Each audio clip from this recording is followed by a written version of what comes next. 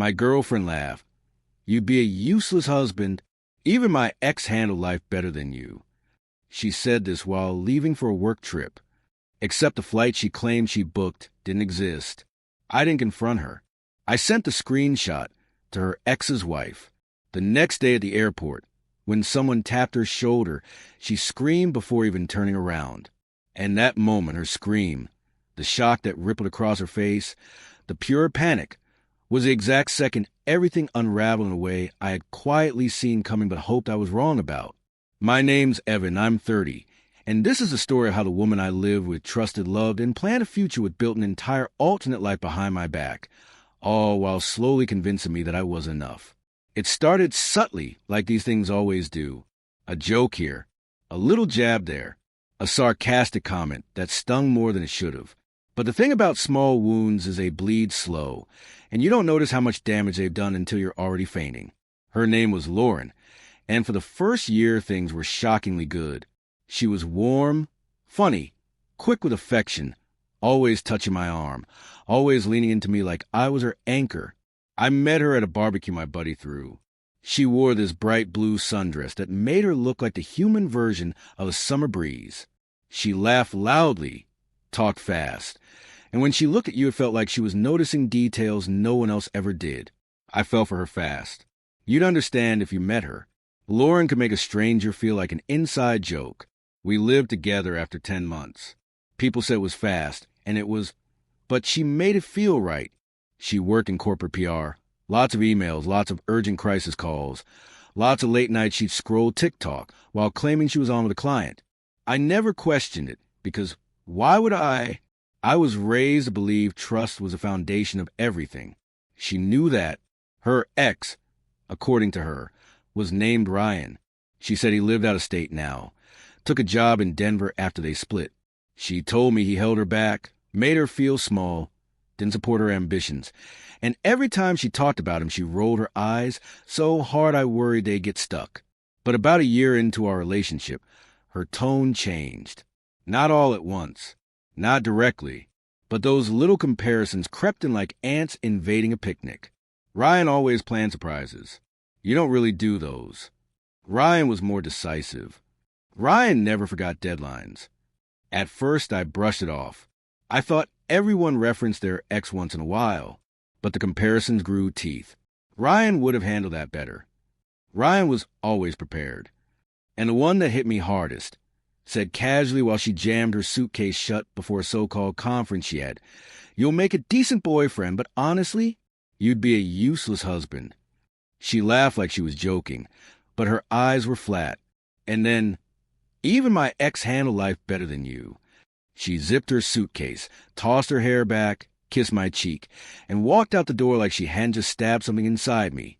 And the wildest part? My first reaction was guilt. Like I'd failed. Like I needed to try harder. That's how messed up it was. But the thing about Lauren is she wasn't just manipulative. She was sloppy when she got too comfortable. She sent me her flight info, a forwarded itinerary. Delta flight, Thursday 2:15 p.m. Return Sunday night. Looked legit at a glance. But something about the way she smirked when she told me to try not to forget the bills again hit wrong. So I checked. I don't know what possessed me to do it. I'd never snooped in my life.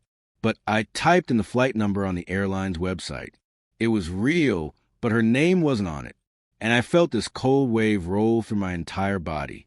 Like the moment before a car crash when you brace instinctively even though you know it won't help. I called the airline. No passenger by that name. No booking. No reservation. Nothing. I wasn't angry. Not yet. I wasn't even shocked. I felt stupid, like the punchline of a joke everyone else was already laughing at. She thought I wouldn't check. Thought I wouldn't question her. Thought I trusted her too much to ever treat her words as anything but gospel. And honestly, she wasn't wrong. Until that moment. I searched the apartment for anything that might tell me what was going on. Not because I wanted to catch her cheating. I didn't even want to believe that. I just needed something to make sense. I found her old iPad shoved under a stack of magazines in the bedroom drawer. No password. It opened instantly, like it had been waiting for me. Messages everywhere. Hundreds from the past 6 months. All between her and Ryan, the ex who supposedly lived in Denver, the ex she swore she barely thought about anymore. Except he wasn't in Denver. He lived 50 minutes away. He was married. 2 daughters. His wife's name was Hannah. And Lauren? Lauren was the work trips, the corporate retreats, the late-night client calls, the weekend conferences. All lies, all alibis, all for him. I read messages that made my stomach twist into knots. Can't wait for this weekend. For days together like old times. He won't suspect anything. He's so trusting it's kind of adorable. I wish you were the one I came home to. Being with Evan feels like acting. You're still the one. I sat there reading until the words stopped looking like English. I screenshotted everything. Not because I wanted revenge, but because someone else deserved to know the truth even more than I did. Hannah. I found her social media. Normal woman. PTA meetings. Pictures of her kids painting pumpkins. Posts about School Spirit Week. And her husband was spending weekends in hotels with my girlfriend. I typed an email. Attached the screenshots. Wrote everything as gently as possible. Hit send. I didn't confront Lauren. I didn't blow up her phone. I didn't say a word. I waited. The next morning, Lauren started calling at 6:14 a.m. 30 calls in 2 hours. Panic. Confusion. Then anger. I ignored all of it. Around 10, she left a voicemail saying, "Something happened. Call me back."